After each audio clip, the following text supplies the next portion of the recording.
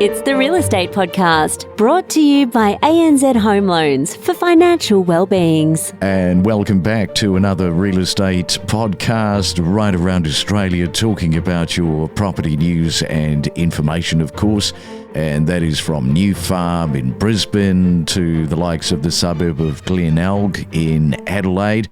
And good morning wherever you might be listening, either inside Australia or outside. Don't forget, if you would like to leave a voice message, we have got that service available now. And you can email us. Our email address is myrealestatepodcast@gmail.com. It is a Thursday morning, October the 9th. Yesterday I said I wasn't quite sure whether I had COVID. I would test for it. Well, guess what? I ended up with COVID first time. You know, so many people have said to me, don't worry about it. It's like a light cold, like hell it is. What I've got is worse than a flu. I mean, most of my friends are a lot younger than me. I'm over 50, but I am fit, healthy, and I eat clean. But this has really sort of knocked the stuffing out of me. So my advice to anybody feeling slightly relaxed with COVID, who doesn't have COVID, be aware. Because here's the thing, I know exactly how I caught it. Since COVID, I have only been eating with al fresco dining, where you've got some circulation. The one time that I veered from that was on Saturday with a friend who wanted to go into this restaurant with air conditioning. And I actually looked at it from the outside. A lot of people in this restaurant and thought, maybe this isn't a good idea. But I relaxed because I haven't caught COVID. And what happens? Bingo. We've got COVID. Right, let's go to Nicola Powell, Domain's Chief of Research and Economics. I'm sure that you're feeling a lot better than me, Nicola, this morning. Look, I definitely am. I'm fit and healthy. I'm so sorry to hear that you are so unwell. And what a milestone, though, this in terms of you've never had COVID until now. Yeah, I was saying yesterday that about 10% of the adult population haven't had it. So there are a lot of people, they're not really unicorns, but yeah, a lot of people haven't caught it. And I would think that these people are just being vigilant and being careful with, what they're doing. It's interesting. My mum hasn't had it, but my dad has, and they are still together and they live together, and she never even caught it from my dad. So yeah, I think there are some super immunities out there for sure. Wow. Yeah. Okay. Great. That's a great story. Right. Well, we should have a look at the first home guarantee. Now, you guys put out a report, I think it was last week, and it's really, really interesting in terms of just how much time you are saving to now save for that 5% deposit. So let's go to Sydney and I'll let you explain that. So when you look at the home guarantee scheme, it allows people to purchase with a 5% deposit and the government becomes a guarantor of the 15%. So it means that you're avoiding lender's mortgage insurance. Now, we know that when you're a first home buyer, saving for a 20% deposit is such a significant hurdle. And if we take Sydney as an example, and we're using the property price cap based on this home guarantee scheme of $1.5 million, to save for a 20% deposit on that $1.5 million would take just over 10 years for a two-person household income. When you're looking at saving for 5%, it only takes 2 years and 10 months. So you're saving almost 7 years in terms of time it takes to save that all-important deposit. So it is a game changer. I think it's very much a game changer in a market like Sydney, which is extremely high-priced. You have to be highly leveraged to gain access to it. And I do think that this will fast-track many Sydney-siders' ability to purchase a property. I also note, Nicola, that you also look at the other side of the coin, particularly, I guess, for Sydney and people wanting to get into the Sydney property market with the 5% deposit. Buyers will still face, you say, bigger mortgages and that risk that comes with the rising rates, potentially property price drops as well. So it is somewhat of a bit of a gamble, isn't it? I think you have to make the judgment really based on all of the opportunities and challenges that a low deposit does offer. And I think that you have to remember that you're going to be looking for a much larger loan because you're only going to have 5% equity within that home. And also some of the other challenges, which is particularly poignant for a high-priced market like Sydney, is borrowing power is unchanged. So banks will still stress test serviceability. So repayments remain a very hard barrier for many households. We've got that lump sum deposit as hurdle one, but then it's how can I service that repayment of that ongoing?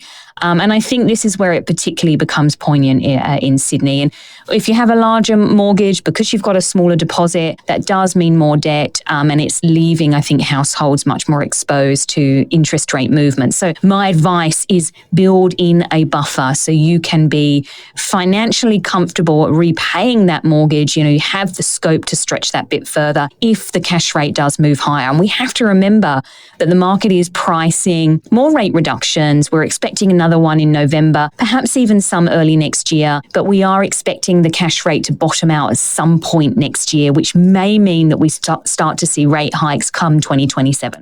Yeah, I think the other side of it, okay, whilst we're highlighting just how much more money you are going to be loaning, if you look at the years saved for Sydney, which is 7.5 years, which you've highlighted, just imagine how much the market is going to rise in 7.5 years. So that is the other side of it if you can manage to get into the Sydney property market. Let's go to Melbourne and also Brisbane in terms of just how many years you're saving. So when we look at Melbourne, the property price cap for Melbourne under this scheme is $950,000. And in Brisbane, it's slightly higher. It's $1 million. So we're, again, using those property price caps to calculate. Save for a 20% deposit, it's just under 8 years in both of these cities. But to save for a 5% deposit, you're looking at just over 2 years. So ultimately, the time saved is 5 years and 9 months in both of these capital cities. Okay, so that is Melbourne and Brisbane. What about Adelaide and Perth? So Adelaide's got a property price cap of $900,000 under this scheme. And to save for a 20% deposit for a dual, a two-person household income takes 7 years and 8 months. But for a 5% deposit, it's just over 2 years. So again, you're saving a significant amount of time. It's 5 years and 7 months saved in Adelaide. In Perth, the property price cap is a little bit lower, $850,000. And actually, the average income in Perth is slightly higher.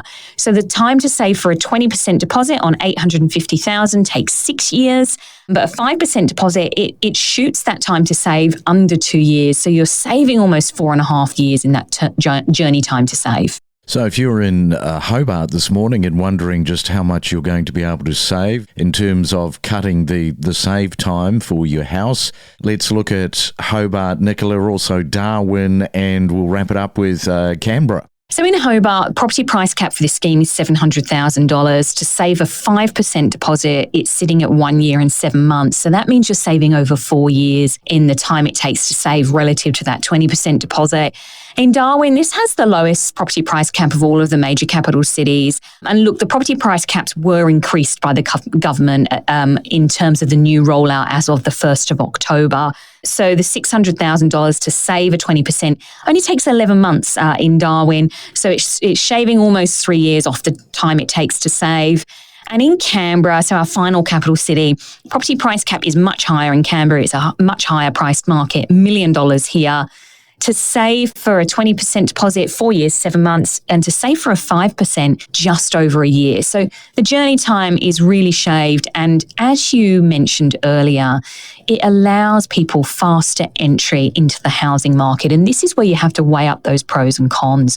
If you're getting into the market earlier, you're allowing yourself to potentially build wealth and equity because obviously you're shaving years off the time it takes to save. We are talking to Nicola from Domain this morning on our Thursday. When we come back, we're going to ask Nicola about something that has just dropped today, and that is the rent report. This will be great for anybody renting and also for landlords. Eager to expand your property expertise? Enhance your real estate know-how with us. Decode the property market with insider knowledge and insights to better navigate your real estate journey. It is a Real Estate Thursday. Nice to be with you. With me is Nicola from Domain. And Nicola, something that is just dropped this morning is your rent report. So tell us about that. So we have released our rent report today, and what it really does show is a slowdown across Australia's rental market. So we have to remember 3 years, we've seen relentless price hikes for tenants. And we are finally seeing a much needed pause across some of Australia's major capital cities. If we look at the combined capitals overall, when we look at house rents, they're now unchanged for 5 consecutive quarters in a row. So that is actually the longest period of stability we've seen for house rents in just over a decade. And even units which have long carried this affordability overflow of people just priced out of renting a house, they've even flatlined for 2 quarters in a row. But I think what we have to also remember is rents are plateauing. That plateau has spread across most capital cities, but we've got to remember that most capital cities still have record high rents. We've only seen a pullback in some capital cities. So unit rents in Perth did see a decline over the September quarter, but pretty much elsewhere, it's all at records. Yeah, and when you think about the immigration, I mean, that is not slowing down. No doubt you've taken those numbers into account. So, I mean, if somebody was to turn the tap off for immigration, that would be quite a different story, wouldn't it? Population growth is definitely one of the angles that's really driven high rates of rental growth. But ultimately, we as a nation just haven't built enough homes. And I think if we had a better pipeline of housing stock, and the fact that we've had years, decades of an undersupply of housing really being built up, so ultimately population growth has outweighed the number of homes that we've been able to build, we wouldn't be in this situation. I think prices would be much more stable as well. You know, we've got to remember our major capital cities are extraordinarily high priced. That also has something to do with it because you find that tenants are actually locked into the rental market for much longer because they're just unable to break into purchasing their first home. And just finally, with this rent report, what area really stood out for you where their head popped up and said, gee, look at us, look what's happening in our market? Look, I think the city that really did surprise me was actually Perth. And I would describe it as a bit of an extraordinary result, really, because what we've got in Perth is a landlord's market and the vacancy rate is still close to historic lows. It's at 0.5%. That extraordinarily low vacancy rate. So under normal conditions, you would expect rents to continue to rise and actually rise quite sharply with such a low vacancy rate. So it means there's very limited choice for tenants out there. One of the things that really surprised me about Perth is we've got this low vacancy rate, but we've seen house rents now steady over the quarter, and we saw unit rents fall over the September quarter. This is the first quarterly decline that we've seen for Perth unit rents since 2017. This really surprised me, and I think ultimately it really showcases the changed affordability across Perth and really does demonstrate, I think, that tenants have reached their affordability ceiling. Great stuff, Nicola. We'll wrap it up there. Enjoy your Thursday. Everybody can find that on Domain, that rent report this morning, and have a great day. Thank you. It's the Real Estate Podcast, talking properties from 6 a.m. every day from every corner of the Australian real estate market. Up here in Gympie, you can buy 1,000 square metres quite reasonably priced, and it goes up from there. You can have 1 acre, 5 acres, 10 acres. And just on that subject about infrastructure, what is actually happening around Gympie, especially for those people that are thinking, just how many services do they actually have? Yeah, well, our population here is 55,000 people. So we are a city. We've got all the modern conveniences, your Bunnings, your KFCs, all that sort of thing. There's also infrastructure west of us here, that's large solar farms, and south of us at Imbil is the Barumba Dam. And the Barumba Dam is earmarked to have a hydro system installed. So that's going to bring hundreds and hundreds and hundreds of jobs to the region here. We connect you to the best real estate information across Australia. The Real Estate Podcast.